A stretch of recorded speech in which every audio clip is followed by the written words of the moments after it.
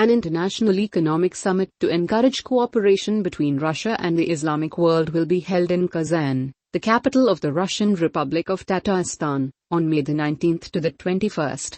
The 13th International Economic Summit between Russia and Islamic world, known as Kazan Summit 2022, aims to foster cooperation in trade, economy, science and technology, and promote social and cultural ties between Russia and the Organization of Islamic Cooperation member countries.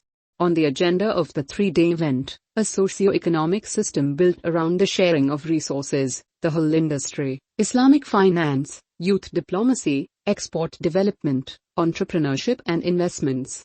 The event will also cover the Russia Halal Expo 2022 exhibition, World Holiday and events dedicated to the 1100th anniversary of the adoption of Islam by the Volga Bulgarians.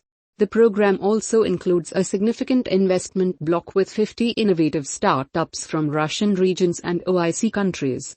In 2021, the summit hosted about 5,000 delegates from 64 countries and 41 regions of Russia. The leadership of more than 10 ministries of foreign states also participated in the summit.